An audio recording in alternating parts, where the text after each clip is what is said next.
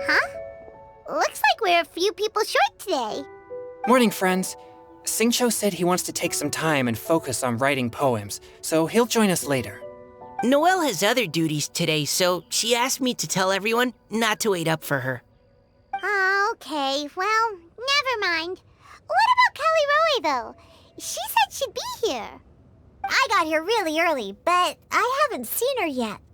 Are you talking about the girl with the blue hair? I saw her on the bridge near Dihua Marsh during my morning training. She looked a little upset, so I didn't want to disturb her. Upset? Oh no, what should we do? Was it something we said last night? Oh, Paimon's worried. I agree. If she's run into some kind of trouble, I'd like to help her. Huh? You're all going? Then I'm coming too. Shall we start with the bridge? We're all here a little early, so there should be time. Good idea. We'll be back in a jiffy. Oh, so this is the place? We ran into her here yesterday, too. She looked like something was weighing on her mind then as well. It's also not far from where we were dropping those leaves. Huh. Leaves? Oh, right. We were so busy matching couplets we forgot to mention.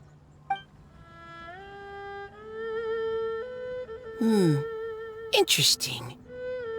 I wonder, could Miss Callie Roy have been the one who wrote that poem on the leaf? Hmm? What makes you say that? Oh, sorry. Nothing. Well, nothing concrete. Just a hunch, I guess. It's just, that poem on the leaf kinda gave me the same feeling as when I saw her yesterday. So much sadness. Now that you mention it, this is upstream from where we found the poem. Huh? Hey, look! Over there! Another leaf! Wow, you're right! And this one has writing on it too! After that leaf! Whew! We finally caught it. Are the words still legible, or have they been washed out? Looks like the ink's intact. Let Paimon take a look at what it says. Huh? This is related to the poem we wrote in reply yesterday. She must have picked up one of our leaves. Spring. Young boy. It's looking a lot like Callie Roy was the one who wrote this. She seems to care a lot about that story, huh? Actually, when Paimon first saw her, Paimon was wondering, do you think... is it possible that she's, Based on the current and accounting for wind strength, everyone, please follow me. Ah! She's surrounded by hilly churros! Let's go save her!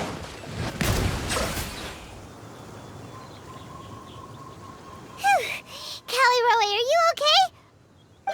What's that? It's a huge water droplet! This is exactly what I saw the other day. Huh? Why are you all looking at me like that? Oh no! My body... is it... That voice is definitely Callie Roy's. How did this happen? Please wait a moment. Oh no. Did I use up too much energy? How did you... What's going on here? Miss Callie Roy, are you some kind of adeptus? No. I'm so sorry for deceiving you all for so long. Actually, I'm an Oceanid who flowed here from Fontaine long ago. What's an Oceanid? Ah, the Grandmaster has mentioned them before. The Oceanids were the familiars of the former Hydro Archon. They all fled Fontaine after the Archon died and settled across the world. That's correct. Though, to tell you the truth, I can't even completely recall how I found myself here. I have a vague impression of my ancestral home, but I can't recall clearly anything I saw on my journey. All I know is that by the time I arrived in Mondstadt, I had lost most of my power and couldn't even sustain a physical form. Eventually, I settled in a place called Springvale, where I slowly began to regain my power. Springvale is a serene and beautiful place. The water that flows through there is clear and pure, just like the hearts of the people who dwell there. So you're the spring fairy of Springvale? Yes, Diona, and I remember you too, you know. When you were little, you often came to the spring at night to speak with me. Really? You're not messing with me, are ya? I always thought that was just a local legend. Your favorite little pillow, the fish one? Its name is Bubbles, is it not? Yep! All those childhood memories. So they weren't just a dream. So, if this is true, then all those things written on the leaves... I see. So you were the ones who found my leaf. Well, you are correct. The Spring Fairy and Heart of Clear Springs is me. No wonder you were asking us so many questions about it. So, the boy from the story... is Finch. I always loved listening to people's dreams, and still do to this day. Whether they're beautiful, sad, or filled with emotions I couldn't understand at the time. One night, a little boy came to the spring. The tears that fell from his face were more fragile than a moonbeam and purer than the morning dew. I like humans and wanted to understand them better. I also wanted to make sense of the feelings contained in his tears that were then a mystery to me. Yes, we often met under the stars, sharing our stories with one another. Sometimes, we'd stay up all night and see who would hear the first bird chirping from the boughs, or the first cicada of summer. Aw, that sounds lovely. But one day, just like the book says, I saw an emotion in Finch's eyes that I couldn't reciprocate. I felt out of my depth, in uncharted waters. But I knew all too well that we Lockfolk face a very different fate from that of humans. Whatever was happening, I didn't want it to lead to Finch writing a chapter of his life that he would later come to regret. So, I fled, and never appeared before him again. Oh, Callie. My strength returns very slowly, and even after decades, I can only sustain a physical form for a very short time. I once hoped that Finch would be able to move on, and meet me when the stars in the night sky have all gone out. But after seeing so many people's stories, and hearing about all their dreams, I have gradually come to understand Finch's heart.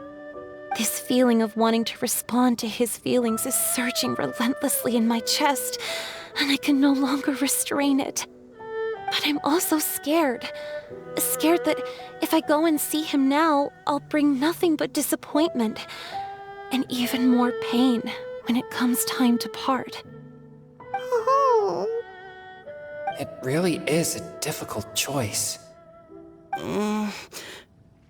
Please go see him. Huh? I know Grandpa Finch, and he's a really kind person. When I was struggling to learn how to draw maps, he was always encouraging me, telling me not to give up, always keep trying, and get out there and have some adventures. He often tells me stories about his past, but I've never once seen a look of regret or sadness in his face. And even though Grandpa Finch loves adventures, he still stands there by the spring, every day, as if he's waiting for something. I believe that he's serious about his feelings for you, Miss Callie. He's never stopped hoping that he'll see you again one day. So if you want to see him too, then what are you waiting for? Huh? Oh, sorry. I think I got a bit too excited and I just thought, well, it just sort of came out. I understand. That settles it. I've decided. I will go back and see Finch. You will? Amazing! That's great! But I'd like to ask all of you for some help. Sure.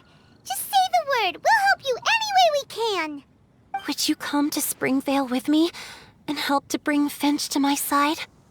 I cannot maintain this form for much longer, and I'm worried others will see me how I was just before. Leave it to me. I'm really close with Grandpa Finch. Also, please keep Finch's in my secret. I wouldn't want Springvale's tranquil waters to become agitated on account of all this. Your secret is safe with me. I won't tell anyone. That's a promise. Great. I can't thank you all enough. What's wrong? Are you gonna turn back into a water droplet? No, I'm sorry. It's just that my mind's racing.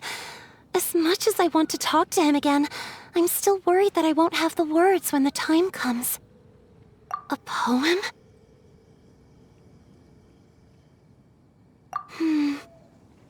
Okay, good idea. I'll write him a poem. And it will be called Heart of Clear Springs.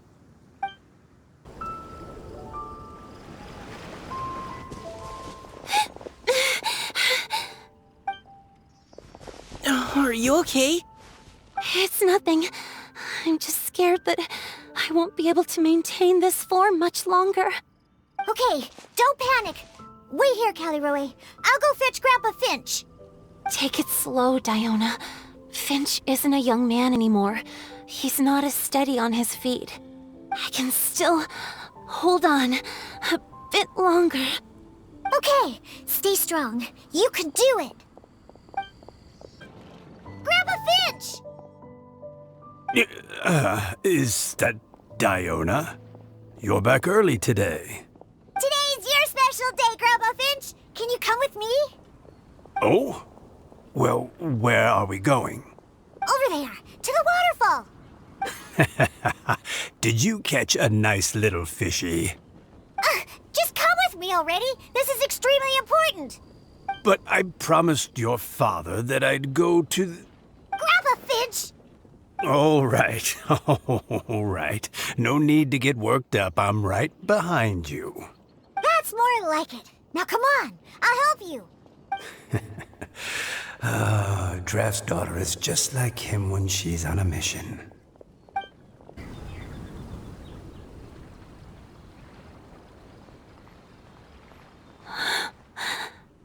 Over here! Over here! It's okay, Grandpa Finch. Take your time. What's all this? What are all these people doing here? Even Mika's here? How's work been going lately? And even some friends from abroad, if I'm not mistaken. You do know that today's not my birthday, don't you? Greetings, Mr. Finch. My name is Chong Yoon. We all met at the poetry gala, and... well, there's someone we'd like to introduce you to. Finch. That voice. Caliroe. I didn't think you'd still remember. Oh, I remember.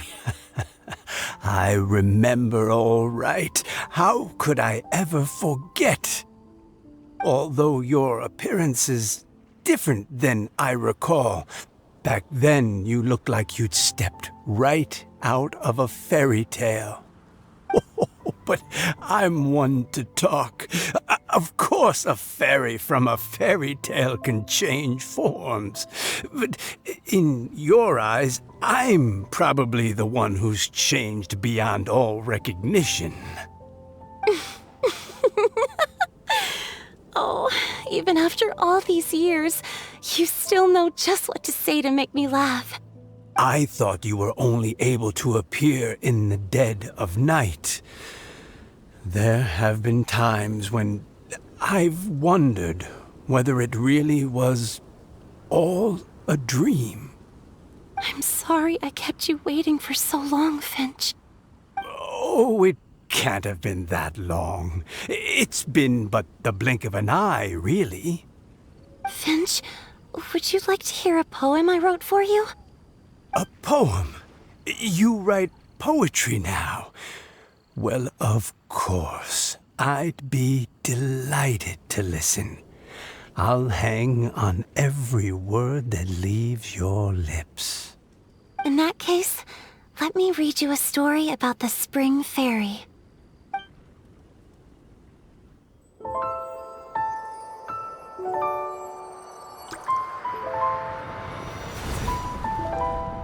Far from my native land I roamed. In streams I slept, many seasons I met as the sun set and rose. I searched for a garden to call a home, and the moonlight ebbed as the water flowed. A soft breeze beckoned me unto a spring. Sleep, weary wanderer, your journey is over. May the dancing petals sweeten your slumber. At dawn, I hummed the melody of a distant stream, and the songs in the night serenaded my dreams. A boy's tender tears trembled through the water, stirring me more than any starlight sonata. He wove me a wreath from past petals and future buds. I crossed beyond the veil of dreams to the realm of flesh and blood. Look at the love that shines from his eager gaze. Answer the call of his heart, lest this moment go to waste. The kittens and fireflies invited my heartstrings to sing, but I was a stranger to the melody of mankind, and knew not how this tune should begin. As the river of dreams trickled into the ocean blue, every time a crystal fly flapped its wings, older it seemed he grew. But I learned to fathom human ways each stumbling step I took, and clouds of confusion became crystal clear in the vulnerable verse I wrote. As seed yearns for soil and trees for the sun, a once foreign melody inside my heart sung, and it cried out your name on every string it could strum. Now I give my dream to you. May it be in your slumber a sweet spring to quench your thirst. Now I hand my heart to you, praying my belated promise might meet, still with your trust.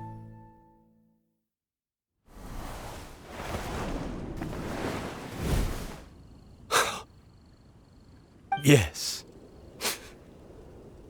This is how I remember you from when we first met. All those years ago.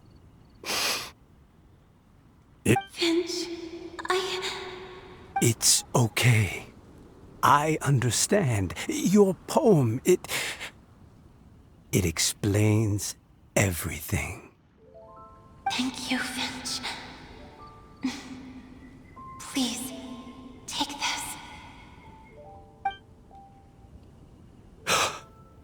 It's so beautiful. This is a droplet of water condensed from my own power. Finch, I don't have a physical form like humans, and I can't stay by your side. I don't know how long it'll be before I can change back into human form again. But as long as this droplet remains with you, our hearts will always be connected, no matter the distance between us. I will always be one with the spring. From this day onwards, if you call me, I will meet you in your dreams. Oh, it's so romantic. You've really learned a lot, haven't you? And you don't even mind that the kids are watching. Does it bother you? How could it possibly? This is the happiest moment of my life. I just worry that once I go to sleep, I won't ever want to wake up again. Huh? Don't say that.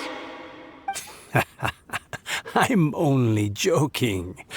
It seems that you still have much to learn. Is that right? Grandpa Finch and Kelly Rowie look so happy. Oh, what a perfect moment. Diona, thank you for fetching Finch for me. I've never forgotten you either. I used to chat with you a lot. Wasn't it ever annoying? Of course not. You are one of the truest friends I have in the entire world. That's why I gave you your gift, so that a part of me could always be with you. Huh? Wait. So is Diona's ability to mix delicious drinks from disgusting ingredients a blessing from this water spirit?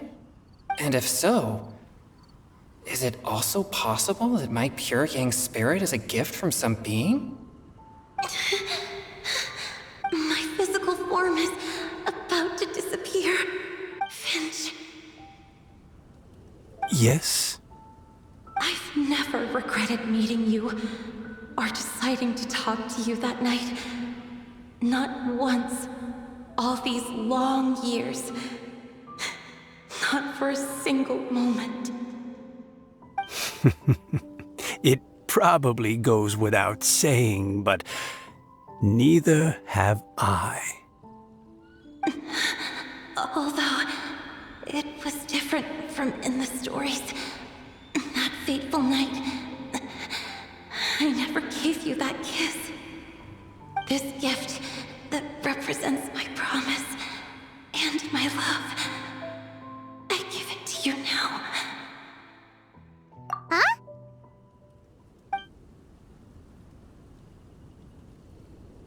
It's okay, everyone. She's gone now. What? But Paimon didn't get a chance to say goodbye. Grandpa Finch? Don't worry now. She hasn't gone far.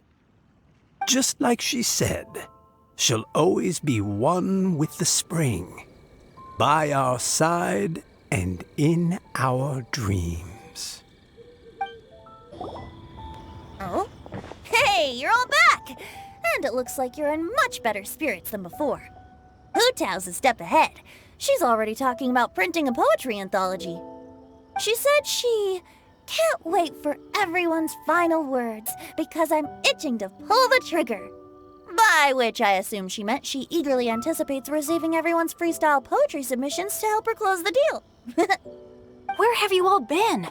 I've been waiting here forever. Perhaps they lacked sufficient inspiration and wished to have an emergency communion with nature.